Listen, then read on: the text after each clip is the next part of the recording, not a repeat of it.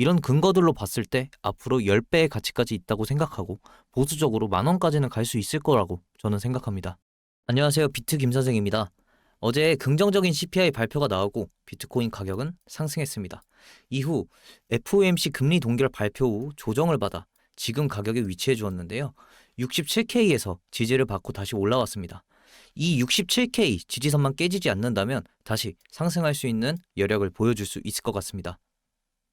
또 비트코인 ETF 현물 거래 또한 유출해서 다시 유입으로 전환이 되었기 때문에 계속 이렇게 유입해준다면 당분간 상승 추세로 전환할 가능성이 매우 높습니다.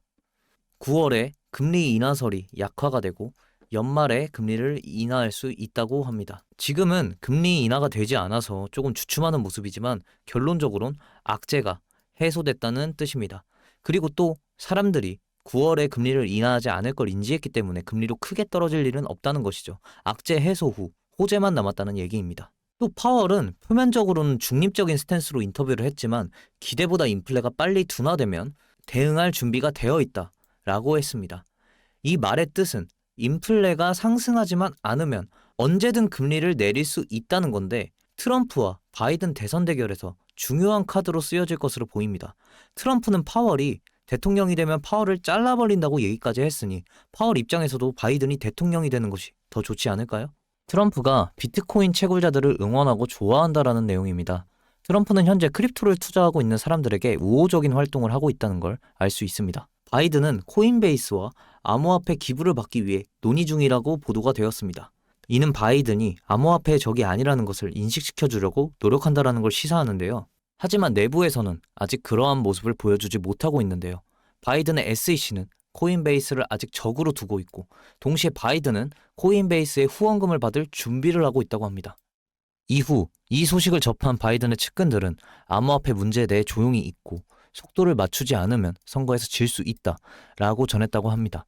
이렇게 여러 개의 뉴스를 보고 퍼즐을 맞춰보았을 때 바이든의 정부는 지금 암호화폐 투자자들에게 표심을 받고 싶어 하지만 아직 내부적으로는 완전히 통합되어 있는 모습이 보여지고 있지 않습니다. 이런 모습을 보았을 때 금리 인하는 바이든에게 매우 중요한 카드입니다.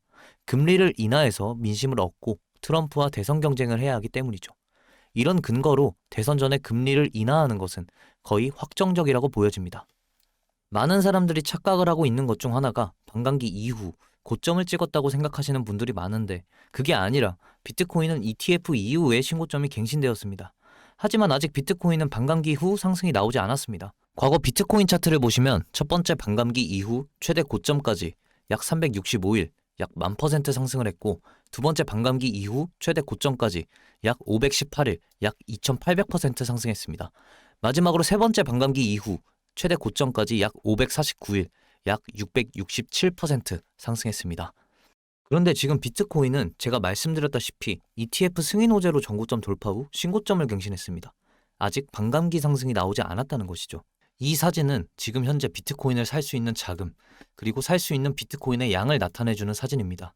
이걸 봤을 때 지금 비트코인을 찾는 소비자들, 이제는 기관들까지 찾고 있죠. 하지만 비트코인은 이제 반감기가 진행되었고 찾는 사람은 더 많아졌습니다. 따라서 비트코인의 가치가 앞으로도 계속 상승할 것이라는 걸 이 사진으로 시사해줍니다.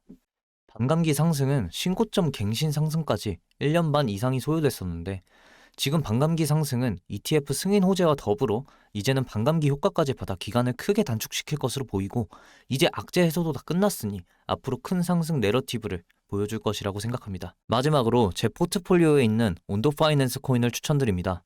온도 파이낸스는 혁신 지원, 교육 및 인식 증진, 자금 관리, 컨트랙트 배포, 웹 애플리케이션 관리, 전략적 파트너십 및 참여, 지적 재산 관리, 커뮤니티, 이벤트 참여, 코인의 발전을 위해 다양한 활동을 하고 있고 또 이렇게 많은 기관들과 파트너십을 맺고 활발하게 활동하고 있습니다. 또 온도 파이낸스는 블랙록이 선택한 RWA 코인으로도 매우 유명합니다. 당장 온도 파이낸스 검색해보시면 많은 호재들이 널려 있다는 것을 알 수 있으실 겁니다. 또 오늘 포브스에서 블랙록이 토크나 진출을 했다고 보도를 했고 블랙록의 토크나 펀드인 비들에서 온도가 많은 비중으로 거래되었다고 합니다. 온도 파이낸스는 국내 거래소에서는 대표적으로 빗썸에서 거래하고 있으며 이번 CPI 발표 이후 큰 상승을 보여주어서 온도 파이낸스의 상승 여력이 아직 건재하다는 걸 보여주었습니다. 근데 아직 국내 최대 거래소 업비트에서는 거래가 되고 있지 않는데요.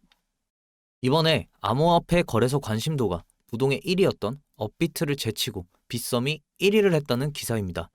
사실 업비트는 코인을 상장시키는 데에 있어서 까다로운 규제를 갖고 있기 때문에 보유하고 있는 코인의 종류가 적은 건 사실입니다.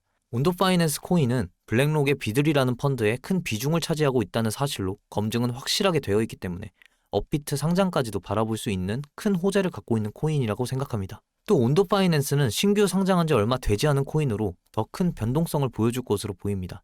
실제로 비트코인도 만들어진 지 얼마 안 됐을 때 첫 반감기 이후 10,000%라는 상승을 보여주었습니다.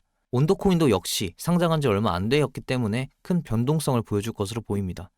이런 근거들로 봤을 때 앞으로 10배의 가치까지 있다고 생각하고 보수적으로 10,000원까지는 갈 수 있을 거라고 저는 생각합니다. 오늘 영상 많은 도움이 되셨길 바라면서 도움이 되셨다면 구독과 좋아요 부탁드리면서 영상 마치겠습니다. 감사합니다.